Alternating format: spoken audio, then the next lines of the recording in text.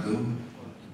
Selamat sore, salam sejahtera untuk kita semua. Yang saya hormati Pak Presidius, Pak Sekda, rekan-rekan media yang hadir dalam kesempatan pada sore hari ini. Pada sore hari ini kami akan menyampaikan rilis berita terkait dengan penanganan perkara tindak pidana korupsi oleh penyidik pada bidang tindak pidana khusus Kejaksaan Negeri Kabupaten Bandung, bahwa pada saat ini kami sedang melakukan penyidikan perkara tindak pidana korupsi pada Balai Besar Pengembangan Pasar Kerja dan Perluasan Kesempatan Kerja atau BPK dan BPK Lembang, yang setelah berjalan berdasarkan alat bukti yang kami dapatkan pada hari ini, kami telah menetapkan 2 orang tersangka dalam perkara ini.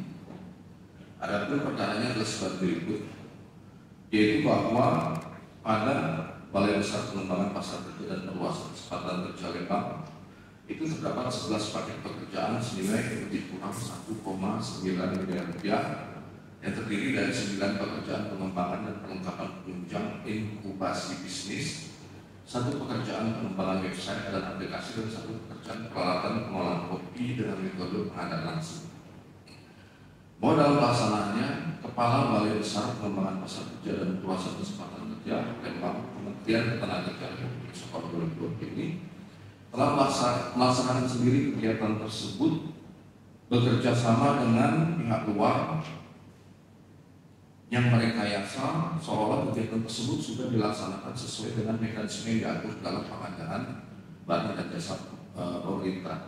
Padahal kegiatan tersebut fiktif dan uangnya digunakan untuk keperluan Kepala Balai Besar Pengembangan Pasar Kerja dan Perluasan Kesempatan Kerja Lembang, kemudian juga untuk keperluan pribadi yang berdasarkan pengakuan yang bersangkutan itu digunakan untuk pembayaran kredit mobil diantaranya, kemudian sepeda motor, keperluan sehari-hari, dan ada juga yang didistribusikan kepada pihak lain.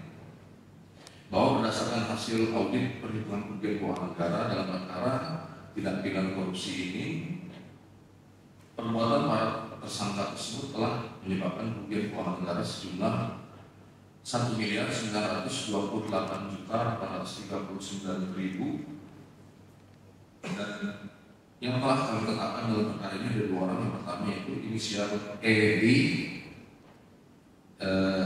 dia adalah Kepala Balai Besar Pengembangan Pasar Kerja dan Perluasan Kesempatan Kerja BD atau PPK dan PPKK Lembang Kementerian Ketenagakerjaan Republik Indonesia sejak tahun 2019-2021 sebagai intelektual kader dalam perkara ini.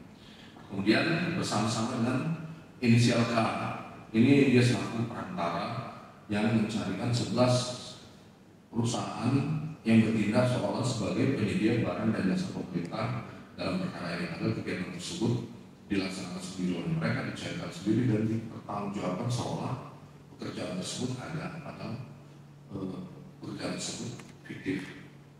Bahwa terhadap perbuatan tersangka dalam perkara ini, penyidik menyatakan pasal primer pasal 2 ayat 1 Undang-Undang Nomor 31 Tahun 99 yaitu Undang-Undang Nomor 20 Tahun 2001 tentang tindak pidana korupsi, dan subsidiarnya pasal 3 yaitu pasal 18 Undang-Undang Nomor 31 Tahun 99 itu Undang-Undang Nomor 20 Tahun 2001 tentang pemberantasan tindak pidana korupsi. Kemudian yang dapat kami sampaikan, silakan kalau ada pertanyaan dari teman-teman semua. Terima kasih.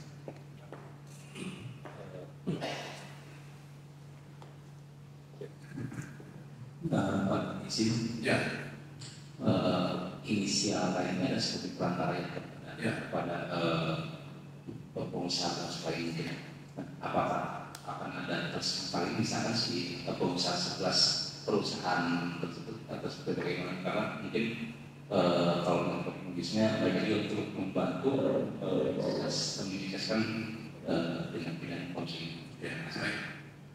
Terima kasih. Jadi 11 perusahaan ini hanya dipinjam perusahaan itu, dibuatlah seolah-olah mereka sebagai penyedia jasa dalam pekerjaan 11 perusahaan tersebut. Tapi faktanya perusahaan ini tidak pernah digunakan dan tidak pernah mengerjakan. Kerjaan itu dilaksanakan sendiri oleh si tersangka kepala balik bekerja sama dengan pihak ranah-ranahnya yang berinisial K tadi. Nah, kami penyidik itu masih mendalami terus fakta-fakta terkait dengan adanya pertanggungjawaban pidana dari pihak lain selain dua orang ini juga terkait juga dengan aliran dananya. Tentu kita juga dalam menangani perkara tindak pidana korupsi ini pendekatan yang kita gunakan bukan hanya sekedar volume suspeknya tapi juga volume money-nya. Bagaimana penyidik nanti bisa seoptimal mungkin mengembalikan kerugian negara yang terjadi dalam perkara ini.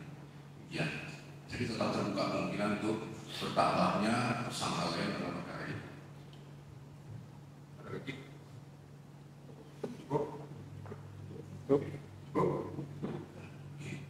Baik, terima kasih ya hadirannya. Silakan kalau yang ada pertanyaan berikutnya diinformasikan dengan Pak Kasih Titus dan Pak Kasih Tel. Terima kasih atas kehadiran dan support dari teman-teman media semua.